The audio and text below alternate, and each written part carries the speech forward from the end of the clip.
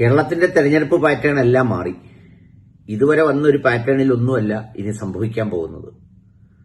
ഈ കേരളത്തിൽ എല്ലാവരും പറഞ്ഞുകൊണ്ടിരുന്നത്, കുറച്ചുപേര് പറഞ്ഞു ഇഞ്ചോടിഞ്ച് പോരാട്ടമാണെന്ന് പറഞ്ഞു. ഇപ്പൊ പൊതുവിലൊക്കെ പിന്നീട് വന്ന സർവേകളിലൊക്കെ UDFന് എഡ്ജ് ഉണ്ടെന്ന് പറയുന്നു.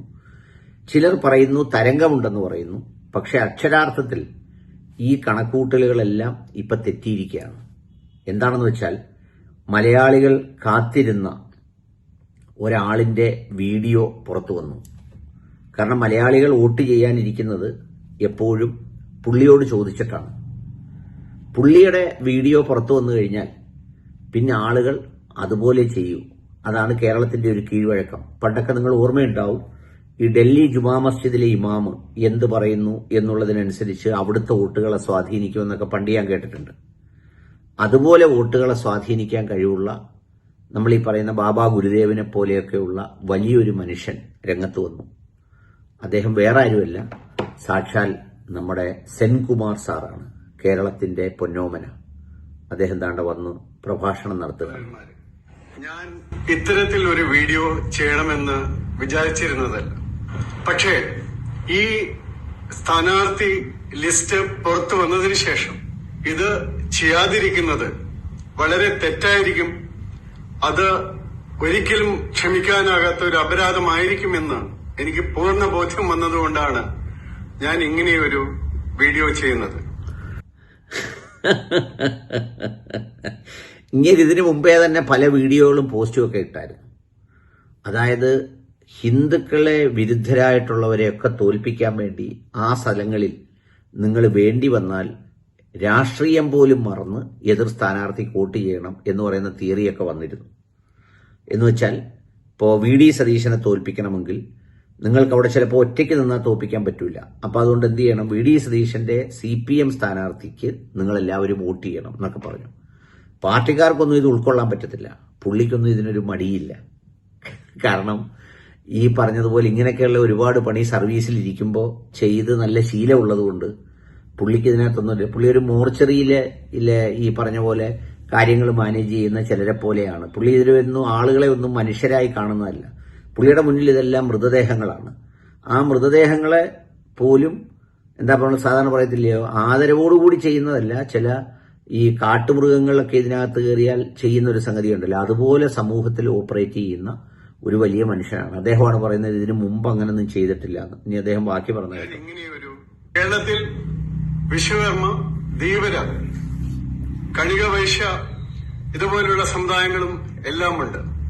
ചുരുക്കി പറഞ്ഞാൽ SC ST വിഭാഗങ്ങൾ കൂടാതെ തന്നെ ഏകദേശം 45% പിന്നോക്ക വിഭാഗങ്ങൾ കേരളത്തിലുണ്ട്.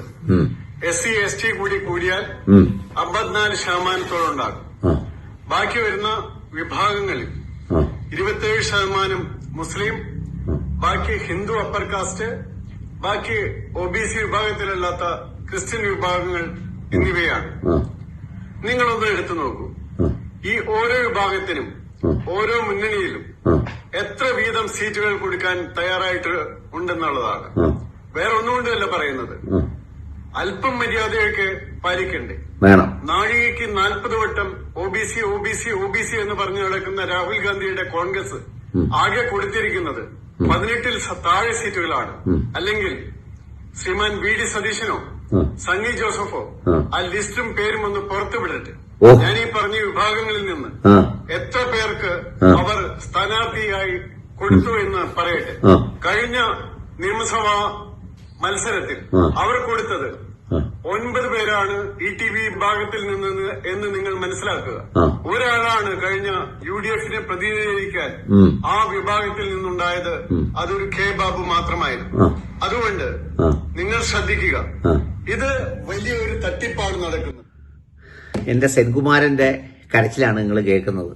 പുള്ളി പറയുന്ന ഒത്തിരി പറയുന്നുണ്ട്, വെറുതെ ഈ ബ്ലാ ബ്ലാ ബ്ലാ ബ്ലാ. ഈ പോസ്റ്റ് റിട്ടയർമെന്റ് ലൈഫില് പിന്നെ നമ്മൾ സാധാരണ ഈ പശുവിന്റെയും ഓരോ മൃഗങ്ങളുടെയൊക്കെ തൊലി വീണാൽ, അതായത് തൊക്ക് ചുളുങ്ങിയാൽ, പിന്നെ നമ്മൾ പെട്ടെന്ന് ചെയ്യുന്നത് എന്താണെന്ന് വെച്ച് കഴിഞ്ഞാൽ ഈ അറവുശാലയിലേക്ക് കൊണ്ടുപോകും. മനുഷ്യർക്കിത് വീണു തുടങ്ങിയാൽ വലിയ പരിഗണന കിട്ടുന്നില്ലെന്ന് വന്നു കഴിഞ്ഞാൽ പിന്നെ ഭയങ്കരമായ ഒരുപാട് അന്തരാളമാണ്. അത്തരമൊരു അന്തരാളത്തിലാണ് ബഹുമാനപ്പെട്ടവരുള്ളത്.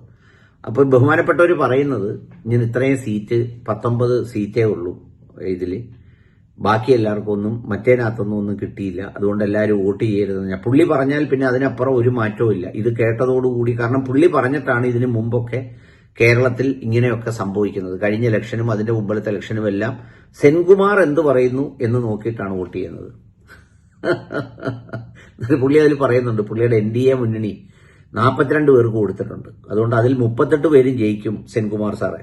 അതിൽ 6 സംസ്ഥാന മന്ത്രിമാരുണ്ടാവും, പിന്നെ മുഖ്യമന്ത്രിയും ആ വിഭാഗത്തിൽ നിന്നായിരിക്കും. വലിയൊരു സംഗതിയായിപ്പോയി. എന്നിട്ട് പുള്ളി ഇതിൽ പരാമർശിക്കുന്ന ഒരാൾ കണ്ടില്ലേ, കെ ബാബു. ഈ കെ ബാബു എന്ന് പറയുന്ന ഒരു രാഷ്ട്രീയക്കാരനെ പുള്ളിയുടെ കൂട്ട് ഇപ്പം ഈ പുള്ളി പിന്നെ പാൻറ് ഉടുപ്പ് ഇട്ടേക്കുക, നിക്കറിട്ടുകൊണ്ട് നടക്കുന്ന ഒരു പുള്ളിയുണ്ട്, പുള്ളിയുടെ ജേക്കബ് തോമസ്. ആ ഒറ്റ ആളാണ് ഈ പറയുന്ന പുള്ളിയുടെ സമുദായത്തിൽപ്പെട്ട ആളിന്റെ ചീട്ട് കീറുന്നതിന് വേണ്ടി ആമാട കീറുന്നത് പോലെ അയാളുടെ ഭാര്യ വീട്ടിലും അയാളെ മക്കളെ കെട്ടിച്ചു വിട്ടെടുത്തും എല്ലാം ഭ്രാന്ത് കയറി റെയ്ഡ് നടത്തി അയാളെ നശിപ്പിച്ച ഒരാൾ കൂടിയിരിപ്പുണ്ട്. ഇപ്പം ഇദ്ദേഹത്തിന്റെ കൂട്ട് നിക്കറിട്ടോണ്ടിരിപ്പുണ്ട്. എന്ന് മാത്രമല്ല, ഇദ്ദേഹം പറഞ്ഞ NDA മുന്നണിയുടെ പിന്നെ ലിസ്റ്റിലുണ്ടല്ലോ, ആ ലിസ്റ്റില് കേന്ദ്ര സർക്കാരിലും MP-മാരിലും MLA-മാരിലും എല്ലാം വളരെ കൃത്യമായ പെർസെന്റേജ് അനുസരിച്ച് കൊടുത്തിട്ടുണ്ട്. ഇന്ത്യയിൽ എത്ര മുസ്ലിങ്ങൾക്ക് സീറ്റ് കൊടുത്തിട്ടുള്ള പാർട്ടിയാണെന്നറിയാമോ ഈ പാർട്ടി? സംസ്ഥാന ഇവരുടെ ഇലക്ഷന്റെ അതിനകത്ത് കേരളത്തിലുള്ള 27% മുസ്ലിങ്ങൾക്ക്, അതിലേറ്റവും പ്രമാണിമാരായ ഞങ്ങളുടെ അബ്ദുസലാമുക്ക, അബ്ദുള്ള കുട്ടിക്ക, പിന്നെ റിഷാദ് സുല്ലമി, പിന്നെ നമ്മുടെ ഫൈസൽ കാരാട്ട്, ഇവരെല്ലാം കിടന്ന്, പിന്നെ നമ്മുടെ ഈ പുള്ളി പേരുകൊണ്ടാണെങ്കിൽ ആരിഫ് ഹുസൈൻ, ഇവരെല്ലാവരും കിടന്ന് പണിഞ്ഞിട്ടും അവരുടെ ഉള്ളതിന്റെ എണ്ണത്തിനനുസരിച്ചെങ്കിലും 2-3 പേർക്ക് തോൽക്കാൻ പോലും സീറ്റ് കൊടുത്തില്ല. സാധാരണ ജയിക്കാൻ കൊടുക്കാത്തതിനാണ് വഴക്കുണ്ടാവുന്നത്, തോൽക്കാൻ എവിടെങ്കിലും കൊടുത്തുകൂടായോ? അതുപോലും കൊടുത്തില്ല. ആ ആളാണ് ഇരുന്ന് ഈ ബ്ലാ ബ്ലാ ബ്ലാ അടിക്കുന്നത്. പിന്നെ സെൻകുമാർ സാറെ വേറൊരു കാര്യം ഇവിടെ ചോദിക്കട്ടെ, ഈ MLA-യും MP-യും സ്ഥാനാർത്ഥി പട്ടികയെ മാത്രം മതിയോ ജനപ്രാതിനിധ്യം അനുസരിച്ചുള്ള ഒരു റെപ്രസെന്റേറ്റീവ് സംഗതി? തൊഴിലിടങ്ങളിൽ വേണ്ടേ? ഇപ്പോൾ ഉദാഹരണത്തിന് പിന്നെ സംസ്ഥാന സർക്കാരിൽ, കേന്ദ്ര സർക്കാരിലൊക്കെ ജനസംഖ്യാനുപാതികമായ ഒരു സംവരണം വേണ്ടേ? വേണം. അതെടുത്ത് കളയാൻ പോവാന്ന് സെൻകുമാർ സാർ അറിഞ്ഞോ? ഇപ്പോ ആദ്യം മുസ്ലിങ്ങളുടെ വഖഫില്, പിന്നെ അത് കഴിഞ്ഞപ്പോൾ ദാണ്ട് പിന്നെ ക്രൈസ്തവരുടെ FCRAയിൽ, ഇനി 3ാമതായി നടക്കാൻ പോകുന്നത് ന്യായം പറഞ്ഞ് ഇന്ത്യയിലുള്ള ഈ OBC-ക്കാരുടെ സംവരണവും അങ്ങ് എടുത്ത് കളയും. അപ്പോഴും സാർ ഒരു വീഡിയോ ഇറക്കണം.